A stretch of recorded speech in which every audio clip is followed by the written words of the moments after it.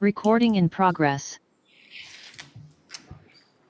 All right, let's call court to order. Today is Tuesday, August 20th, 2024. It's 5:30 p.m. Proof of posting, please. The agenda was posted on Thursday, August 15th, 2024 at 3:25 p.m. Okay, thank you. And I'd like to skip to item C, which is public comments, but most public comments, I think, that were planned today would be in this budget section in a minute, and we're gonna go to just in a second. Under D is budget amendments, transfers, changes, additional revenues, certifications, and so going to D1 is regarding the FY 25 budget. And I'd like to ask County Auditor and headed up the budgeting process, Francis Bartlett, to kind of give an overview of what the process we've gone through, and then we'll open the public hearing right after that. It's probably been about 3 months now, and we've had budget workshops throughout the weeks leading up to this week. But all of the discussions led us to our proposed budget, which was filed at the end of July. And so that was placed on record in the county clerk's office as well as on our website for everyone to have the opportunity to see what was in that proposed budget. You also proposed a tax rate, which I know you will mention in a sec what that rate is, but that was proposed on that same day that the budget was filed. And so we are to the point this week and next to have hearings on the tax rate and the budget, and then ultimately adopting both of those items next Tuesday. The 27th. The 27th, Yeah. Tuesday, August the 27th. And at the end, I'll go back over that again about what we'll be doing, the time and place. Okay? All right. So under D1B is a public hearing on the 2024 tax rate. So the proposed tax rate that is being submitted by the Commissioners Court is 0.319805. And this rate is comprised of 0.028725 for the interest and sinking fund, and 0.29108 for the maintenance and operations. This total is 1 cent lower than last year, which is 9 years in a row we've been able to lower the tax rate. And so at this time, I'd open the public hearing for 2024 on the tax rate. If anyone wants to speak to this, come forward. Microphone's right here. State your name and your address, and we'll allow 2 to 3 minutes for discussion. I would remind you that the the hearing is for the tax rate and budget only, so this time the public hearing is now open. And it is 5:33.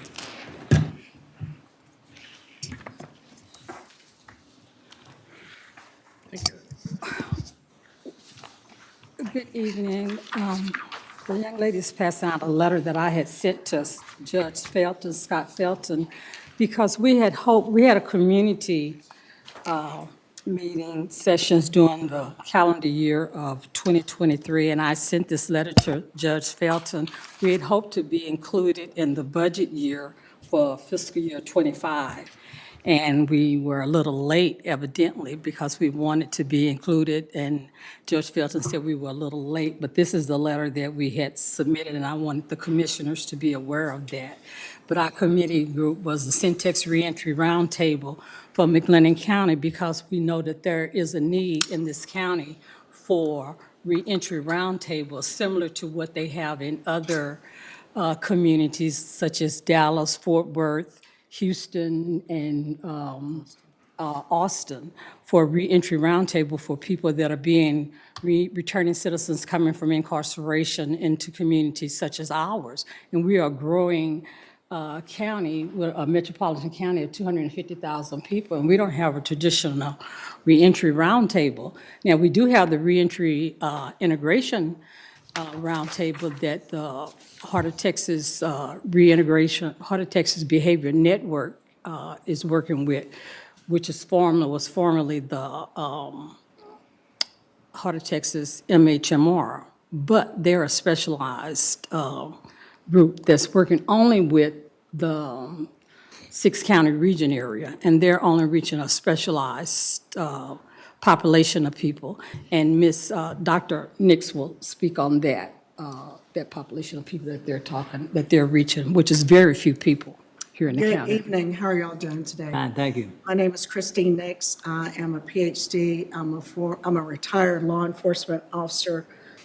I recognize you. Yes, sir. How you doing? With the Department of Public Safety. I now teach criminology. And so one of the things that we know, based on scientifically based theory, is that string theory says that if people cannot obtain what they need legitimately, they will go to illegitimate means. And so for these populations, it means housing, employment, medical assistance, transportation are the challenges that can and do lead to increased crimes in communities. So it's not just the impact on those that are coming out of incarceration, but those that hope to be safe in their communities. So according to the successful programs in the cities that Ms. Boone just mentioned, their successful programs are based on reentry that begins upon custodial arrest and with a continuation through reintegration back into the community. Research shows that approximately 95% of those that are incarcerated will come back to their community.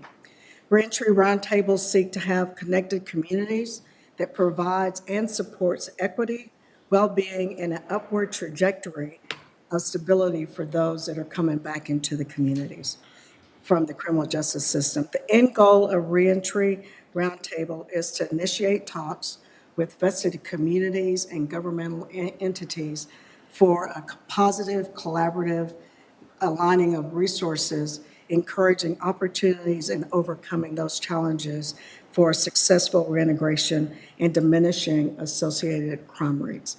So this roundtable is only to bring people to the table that can help make this happen. We're not seeking any funds for this committee per se. Yes, our goal was to ask the county to maybe fund someone in the county, maybe a part-time person to work to get the stakeholders to the table like you did with the integration people, because who the roundtable would be the people like workforce development, Baylor, TSTC, representatives, business people like the chambers and housing, City of Waco Housing, those type of entities and business people, of course, so that they can help these people with those barriers. I have been justice impact, as you are well aware, and when I came back in 2015, I was fortunate. I had a couple of degrees, and I had a husband to help me out.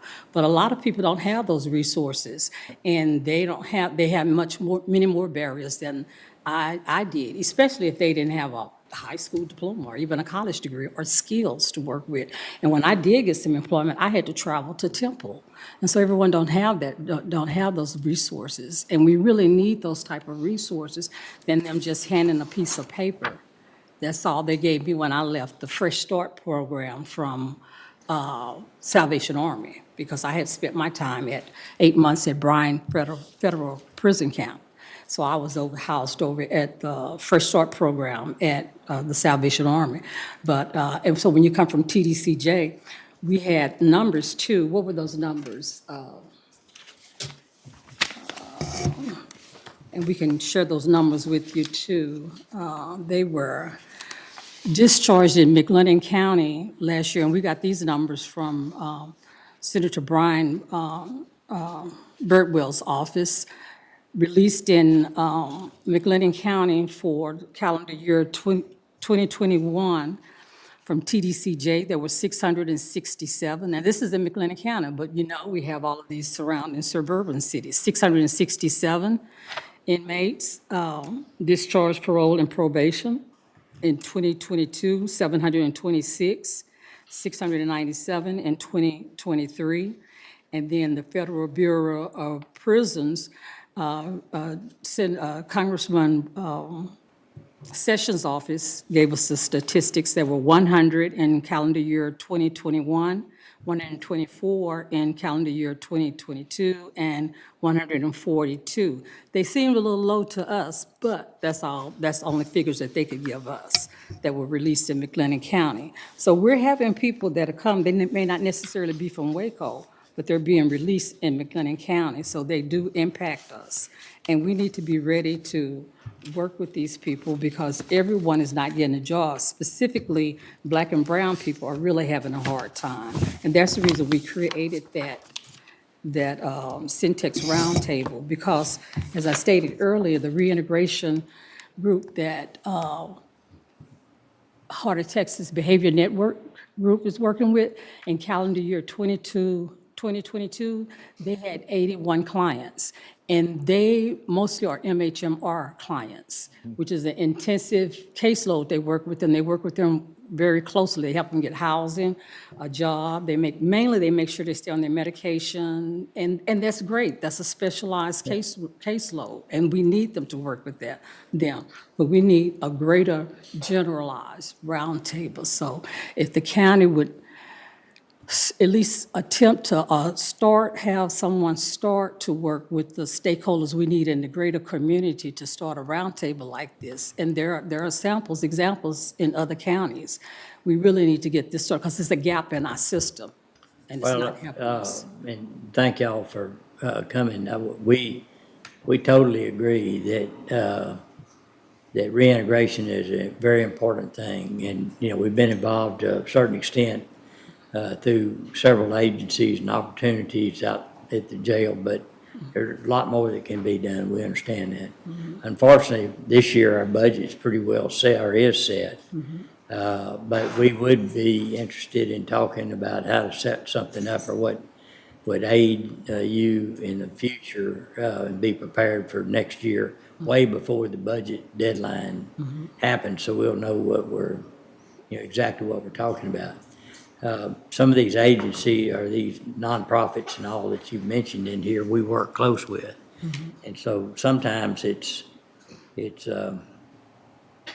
be an opportunity to provide additional help to them financially that would provide what you're needing too. So we want to look at all options in that regard.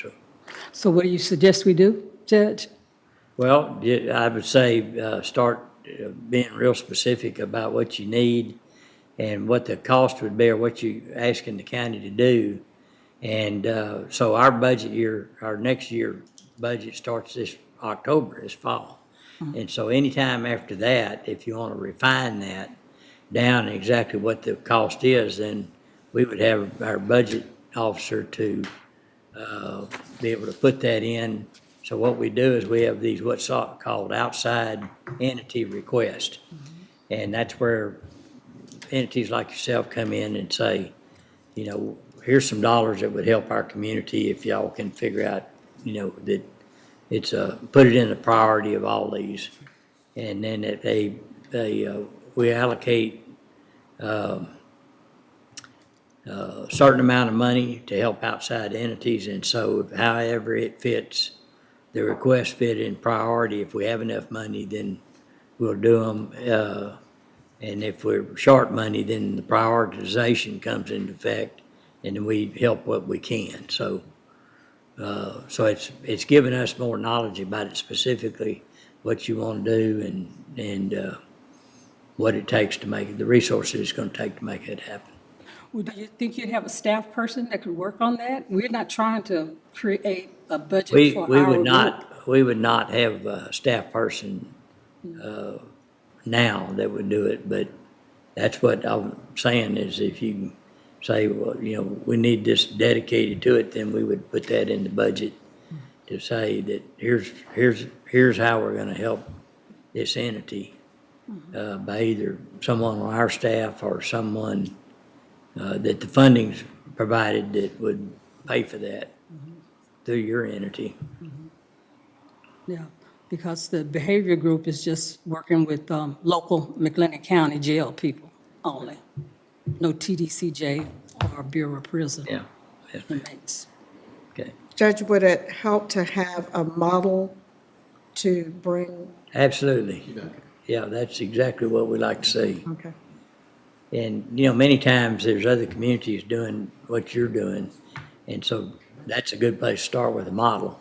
Okay. You know, find a successful program that's working. I do agree that you need to involve like a job training and those things to upskill so they'll qualify for really what we have here. And so, you know, now's a good time, this next several years, we have quite a bit of growth in our industry side, and they're hiring lots of people. We were at a work site today that had 1,150 people out there working, so a lot of them come in for the construction and all that, but they're ongoing, once they're completed, they're gonna have job openings for people that really need to live here. They could be close by. We've got public transportation to get people to work. And, you know, we have all the pieces. We just need to know specifically where we can best help in that regard. But I agree, reintegration has got to be improved from where we are right now. Otherwise, they get into that revolving door. And so we need to have more options than what's out there now. One of the things we'll bring back is a look at the difference in crime rates before and after. That's perfect. That's exactly, because when someone goes into our facility, there's a cost. And, you know, and then if there's mental illness involved and those things, then that cost triples. Because they generally need medical help and all those things too. So we understand that side. So if we can justify helping because it's gonna save money out on Highway 6, or at the hospitals and those kind of things, and that's how that puts it into that priority category that we wanna try to get them into. We'll also look at calls for service, if there's a difference in before and after. Is there a decrease in calls for service for law enforcement response? Yeah, oh, that's perfect. That's what we're looking for. All right. Dr. Nix, I'd like a list of those counties that have been successful with it. I can tell you right now. Well, you don't have to, but I mean, that would be part of what Okay, we'd like to get. right. Yeah, that have successfully modeled the program. I think it'd be great. All right, thank y'all very much. Thank you. So may I have a moment to hug his neck? I've seen him in a long time. I don't know about a hand. He's famous for that. He's in high demand. Okay, all right. Anyone else want to speak in regards to the tax rate or budget? You said for Sunday school, you better invite him. He loves Sunday school. It's the best part of church. Yeah. Best part of my church. I love it. Okay, anyone else want to come forward? Ladies in the back? No, thank you, sir. Okay, if there's not anyone else, then the hearing is now closed. I do want to point out that the next steps that we take is that we will have another public hearing on the budget, and as well as a meeting which the tax rate and budget is voted on, and that will be next Tuesday, August 27th, 2024 at 9 a.m. in this Commissioner's Courtroom. Anything else to come before the court today? All right, we stand adjourned.